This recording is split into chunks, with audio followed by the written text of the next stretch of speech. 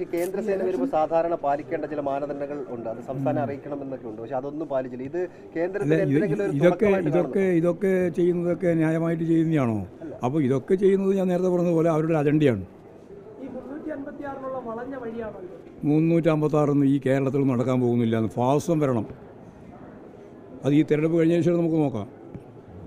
അല്ലാണ്ട് അതാ പറഞ്ഞ വളഞ്ഞ വഴിയായാലും നേരെ വഴിയായാലും ഇന്നത്തെ ഇന്ത്യയിൽ ഇതുപോലുള്ളൊരു സന്ദർഭത്തിൽ ഇവരുദ്ദേശിക്കുന്ന 356 വകുപ്പൊന്നും നടപ്പിലാക്കാൻ സാധിക്കുന്ന കാര്യമല്ല. ഗവൺമെൻറ് ഇവിടെയുണ്ട്, ജനങ്ങളുടെ പിന്തുണയുള്ള ഗവൺമെൻറ്റാണ്. ഇലക്ഷനാണ് അവർ ഉദ്ദേശിക്കുന്നുണ്ടാവുക. ഒന്നും നടാൻ ഈ കേരളത്തിൽ സാധിക്കില്ല. ബി ജെ പിക്ക് ഒരു സീറ്റും കേരളത്തിൽ ബി ജെ പി കിട്ടില്ല. പ്രശ്നം ഉണ്ടാകാൻ തന്നെയാണ് ശ്രമിക്കുന്നത്. അതുകൊണ്ട് ബി ജെ പിയും കോൺഗ്രസും യു ഡി എഫും ചേർന്നുകൊണ്ട് നമുക്കെതിരായിട്ട് ചിലപ്പോഴും ഒരു നീക്കം. കാരണം രണ്ടാളും മുഖ്യശത്രുവായിട്ട് CPM-നെയാണ് പ്രഖ്യാപിച്ചിട്ടുള്ളത്. SFI പ്രതിഷേധം SFI-കാരല്ലേ തീരുമാനിച്ചത്. അവർ തുടരുമായിരിക്കും.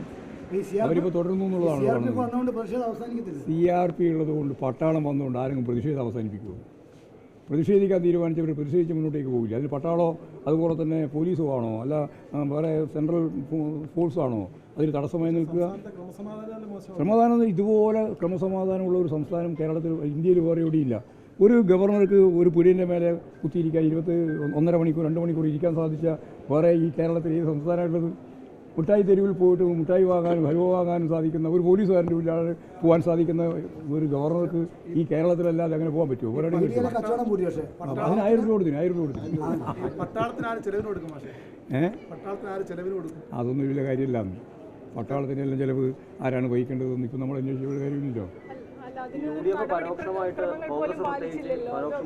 ഒരു നടപടിക്രമവും പാലിക്കുന്നതല്ല നില. എന്തും ചെയ്യുന്നതിന് വേണ്ടിയിട്ടുള്ള ഒരു ലൈസൻസ് ഞങ്ങൾക്കുണ്ട് എന്ന് പറഞ്ഞിട്ടാണ് അവർ നിലപാട് സ്വീകരിക്കുന്നത്. അല്ലെങ്കിൽ ഇതുപോലെ ഈ ഗവർണറെ പോലുള്ളൊരു ഗവർണറെ ശരിയായ രീതിയിൽ മുമ്പോട്ടേക്ക് നയിക്കേണ്ട ഉത്തരവാദിത്തം ഗവൺമെൻറ്റിന്, കേന്ദ്ര ഗവൺമെൻറ്റിനില്ല. അവരെ ചെയ്യുന്നില്ലല്ലോ. ഇവർക്ക് ആനുകൂല്യമായ നിലപാടാണ് സ്വീകരിച്ചുകൊണ്ടിരിക്കുന്നത്. അനുകൂലം നിൽക്കുകയാണ് അവർ ചെയ്തുകൊണ്ടിരിക്കുന്നത്. അത് സ്വാഭാവികമായിട്ടും അവരുടെ അജണ്ടയാണെന്നുള്ളതാണ് ഞാൻ ആദ്യം തന്നെ പറഞ്ഞത്.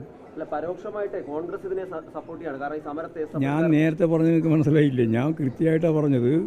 കോൺഗ്രസിൻ്റെയും BJP-യുടെയും കേരളത്തിലെ പൊതുശത്രു CPM-ആണ്. അപ്പോൾ CPM-നെതിരായിട്ട് കോൺഗ്രസും BJP-യും ഒരേപോലെയോ അല്ലെങ്കിൽ ചിലപ്പോൾ അവർ കൂട്ടായിട്ടും ഒക്കെ പ്രതികരിച്ചുകൊണ്ടിരിക്കുകയാണ്. അതാ ഇപ്പം കണ്ടുകൊണ്ടിരിക്കുന്ന കാര്യം. ഇന്നലെ SFI-ക്കാർക്കെതിരെ ജാമ്യമില്ലാ വകുപ്പ് ചുമത്തിയത് ഗവർണറുടെ ഭീഷണി തുറന്നാണ്. അത് ശരിയാണോ പോലീസ് ചെയ്തത്? ഗവർണർ പറഞ്ഞ് അങ്ങനെ കേസെടുക്കാൻ പറ്റും? അതെല്ലാം കോടതി പരിശോധിക്കേണ്ടതാണ്. തീർച്ചയായിട്ടും ഇത് ഇമാതിരിയുള്ള നിലപാട് സ്വീകരിച്ചാൽ അതൊന്നും കോടതിയിൽ നിൽക്കുന്നതല്ല. ഞാൻ പറയുന്ന ഒരാളെ കേസെടുക്കണം. അത് റിമാൻഡിലായിട്ടുണ്ടാവും. റിമാൻഡിൽ വലിയ പ്രശ്നമില്ല. അത് മറ്റേ നമ്മുടെ മാക്കൂട്ടിനെ പോലെ അന്തം വിട്ട് നിൽക്കേണ്ട കാര്യമൊന്നുമില്ലല്ലോ. അല്ലെങ്കിൽ തെറ്റായ ഒരു സർട്ടിഫിക്കറ്റ് ഹാജരാക്കിയിട്ട് അയ്യോ ഞങ്ങൾക്ക് അങ്ങോട്ട് കയറാൻ പറ്റില്ല എന്ന് പറഞ്ഞ് നിൽക്കേണ്ട കാര്യം SFI-ക്കാർക്കില്ല. അത് മാക്കൂട്ടത്തിൻ്റെ ഭാഗമായിട്ട് വരുന്ന സംഭവങ്ങൾ മാത്രമാണ്. അതുകൊണ്ട് അതിനൊന്നും ഞാൻ ഇടപെടേണ്ട കാര്യമില്ല. അതൊക്കെ നിയമപരമായിട്ട് പോയിക്കോട്ടെ. അതെല്ലാം SFI കൈകാര്യം ചെയ്തോളൂ.